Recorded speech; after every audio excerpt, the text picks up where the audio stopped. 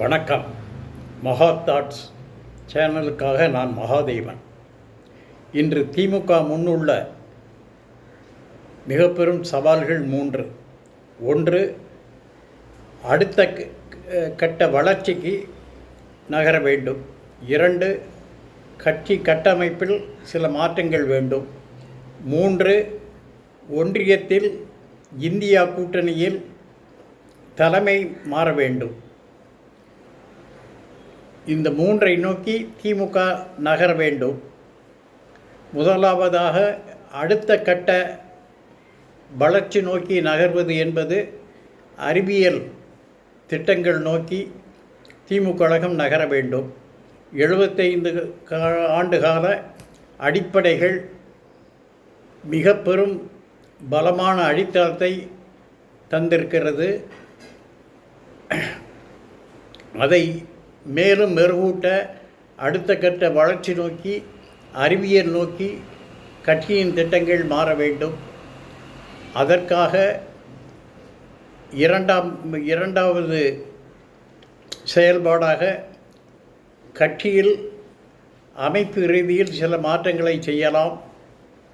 கட்சியின் நிரந்தர தலைவர் ஸ்டாலின், நிரந்தர துணைத் தலைவர் உதயநிதி ஸ்டாலின்,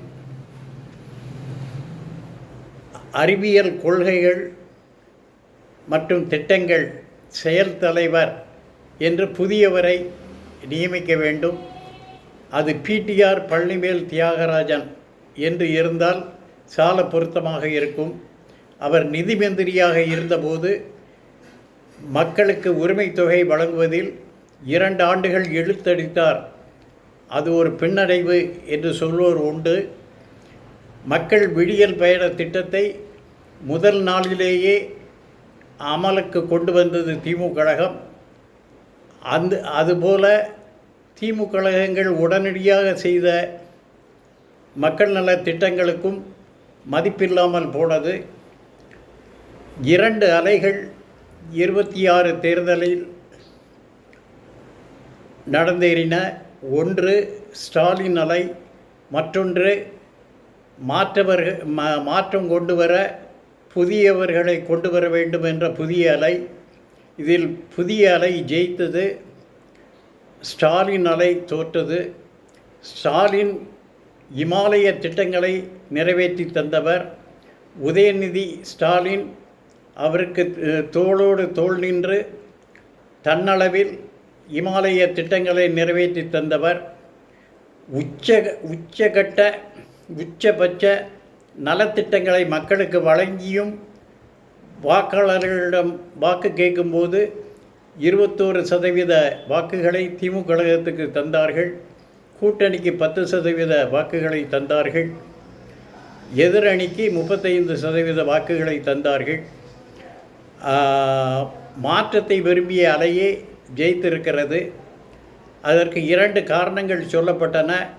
வாக்குப்பெட்டிகள், வாக்கு எந்திரங்கள் வில்லன்களாக மாறின என்று ஒரு கருத்து சொல்லப்பட்டது. வாக்காளர்களே வில்லன்களாக மாறினார்கள் என்ற நிலையும் உறுதியானது. அலைகளை தொடர்ந்து மக்கள் செல்லும் நிலை தேர்தலுக்கு தேர்தல் நடந்து வருகிறது. புதிய அலை இந்த முறை ஜெயித்திருக்கிறது. அடுத்த தேர்தலை சந்திக்கும் முன் திமுக சில வளர்ச்சி திட்டங்களை நோக்கி நகர வேண்டும். அது அறிவியல் பாதையாக இருக்க வேண்டும். செயற்கை நுண்ணறிவு காலம் இது. அது நோக்கி நகர்வதற்கு அறிவார்ந்த செயல் தலைவர்கள் கட்சியில் இருக்க வேண்டும். அதற்கு ஈடு இணை இல்லாத ஒரு தலைவர் பழனிவேல் தியாகராஜன். அவரை வைத்து செயல் திட்டங்களை உருவாக்கலாம், அறிவியல் திட்டங்களை உருவாக்கலாம். அறிவியல் திட்ட கொள்கை செயல் தலைவர் என்ற பதவியை அவருக்கு தரலாம். மற்ற அனைத்து திமுக முக்கிய தலைவர்களை உயர்மட்ட செயற்குழு தலைவர்கள் என்ற தலைப்பின் கீழ் ஒருங்கிணைக்கலாம். தொழில் செய்யும் தொழிலதிபர்கள் திமுக கழகத்தில் வியாபாரியாக மாறக்கூடாது. வியாபாரிகளை வியாபாரிகளாக வைத்து கொண்டு கட்சியிலோ ஆட்சியிலோ அவர்களுக்கு பதவிகள் தரக்கூடாது. அந்த பாகுபாடு ஒரு மாற்றத்தை மக்களிடம் எடுத்து சொல்லும். இது போன்ற மாற்றங்களை வைத்துக்கொண்டு திமுக அடுத்த கட்ட நிலைக்கு வர வேண்டும். ஒன்றியத்தில் இப்போது இந்திய கூட்டணியில் இருக்கும் தலைமை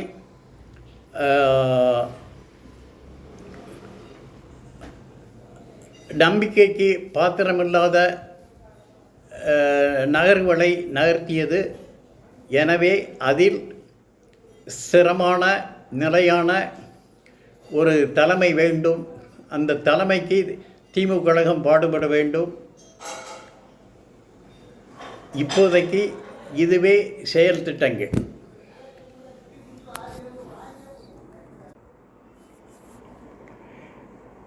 பழனிவேல் தியாகராஜன் அவர்களை ஒன்றிய திமுக மேலவை எம்பி ஆக்க வேண்டும் என்று ஏற்கனவே ஒரு பதிவில் குறிப்பிட்டிருந்தோம்.